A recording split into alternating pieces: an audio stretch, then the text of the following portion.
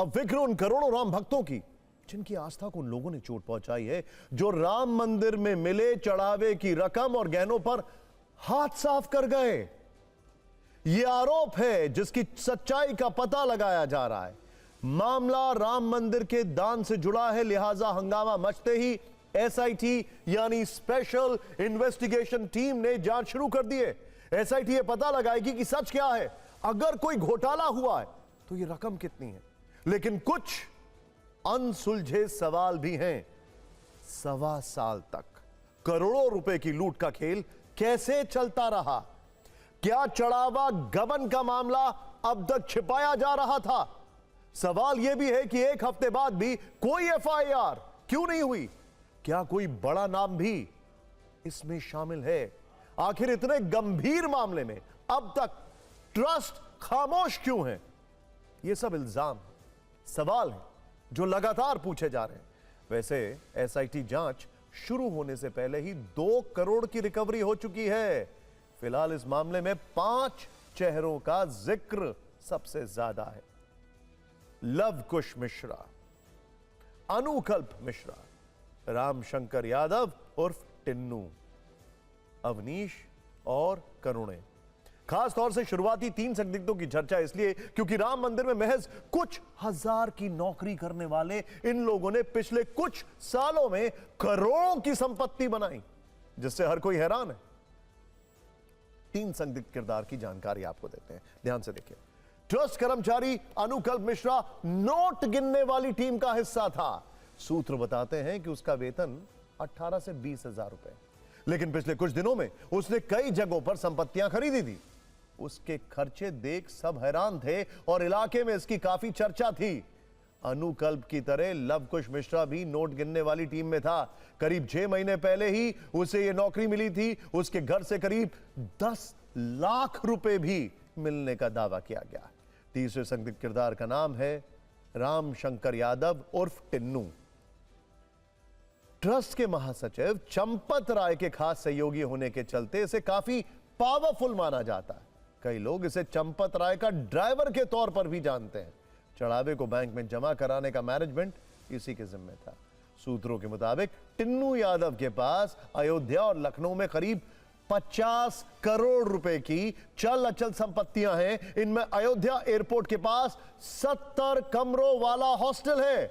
3 restaurant में हिस्सेदारी का दावा है। एक फॉर्च्यूनर एसयूवी भी उसकी संपत्ति में शामिल है। सूत्रों के अनुसार ट्रस्ट से जुड़े प्रभावशाली लोगों के संपर्क में आने के बाद ऑटो रिक्शा चालक टिन्नू दिन दूनी रात चौगनी तरक्की करने लगा। यह सब आरोप हैं, दावे हैं, जिन पर टिन्नू अभी कुछ नहीं कह रहा। उसने बातचीत करने से इनकार कर दिया। टीवी 9 भारतवर्ष की टीम टिन्नू यादव, अनुकल्प मिश्रा और लवकुश मिश्रा के घर भी पहुंची।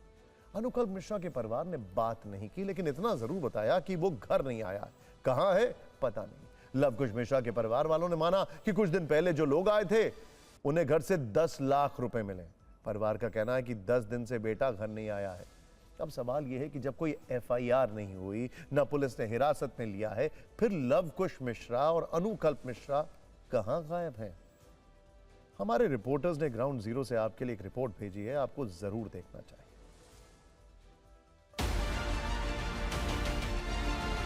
हमारे पीछे जो मकान आप देख रहे हैं ये अनुकल्प मिश्रा का घर है, जो कि अयोध्या के कौशलपुरी में स्थित है। अनुकल्प मिश्रा भी उन तमाम आरोपियों की लिस्ट में है जो कि राम मंदिर में चढ़ावे के पैसों में जो गड़बड़ी आई है सामने, जो चोरी की बात हो रही है, आरोप लग रहे हैं, उसमें शामिल है। जांच की आंच उन तक भी पहुंची है, उनसे भी पूछताछ हो रही है। और अनुकल्प मिश्रा उस टीम का नेतृत्व करते थे, उसके हेड बताए जाते हैं, जो कि कैश काउंटिंग और कैश के रख रखाव का काम, एक जगह से दूसरे स्थान पर रखने का काम किया करते थे। ये मकान जो है वो लवकुश का है, जो कि अयोध्या राम मंदिर परिसर में कैश काउंटिंग का काम करते हैं। और उनसे भी पूछताछ की जा रही है पूरे इस मामले में, जो कि दान पात्र में पैसों की गड़बड़ी का जो मामला है उसमें पूछताछ की जा रही है। यहाँ पर भी टीम पहुँची थी और टीम पहुँचने के बाद यहाँ पर कुछ बरामदगी भी हुई है। तलाशी नहीं जौन है जी, यही से अपन जौन पाई जो पैसे रुपए 10-5 लाख रुपए वो लेके चले गए। हाँ, पैसा कहाँ से बरामद हुआ? अंदर लड़के से बातचीत हुई है? नहीं भैया, इधर नहीं हुई बात। कितने दिन? अरे बहुत दिन हो गए। परेशान है? कुछ बताया आपको किसी ने? नहीं भैया, हम सब किसी ने बताया। पहले फोन आता था, रोज बात होती थी? पहले होता था, नहीं होता। आपके घर से भी पैसे लेकर गए हैं लोग? के? टीम आई थी ना जो पैसे बरामद हुए, कहा है लव कुश के पिताजी ने? हाँ हाँ हाँ। तो पिताजी वहाँ बैठा झूठ नहीं बोलता है, तो लेके गए हैं, कोई तो रहे वही। पोता कितने दिनों से घर नहीं आया? पता हमारे अभी जब से बवाल बहुत तब से नहीं आवा, नहीं तो आवत रहा बीच को।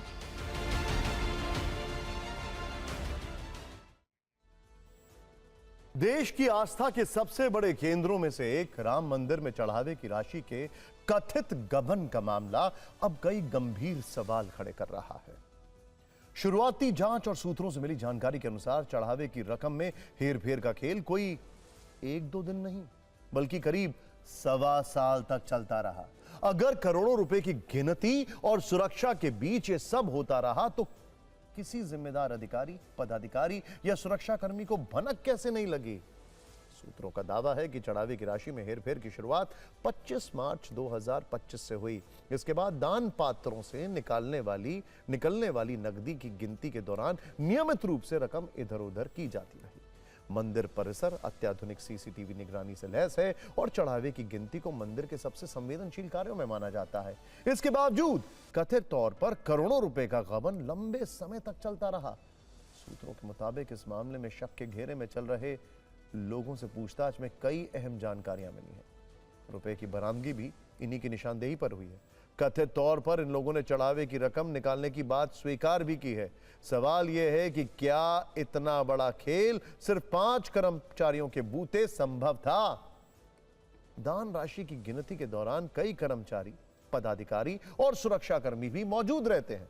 ऐसे में कथित तौर पर करोड़ों रुपए का लगातार गायब होना और किसी को संदेह तक ना होना बड़ी साजिश की ओर इशारा करता है। अगला सवाल यह है कि जब 10 लाख की बरामदगी हो चुकी है, पूछताछ भी हुई है और एसआईटी जांच भी चल रही है, तो अब तक एफआईआर क्यों नहीं की गई? इस तथ्य ने पूरे मामले को और रहस्यमय बना दिया है।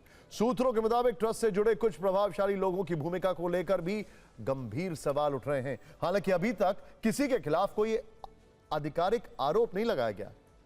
इतने संवेदनशील मामले में ट्रस्ट और पुलिस की चुप्पी से भी बड़ा संशय है।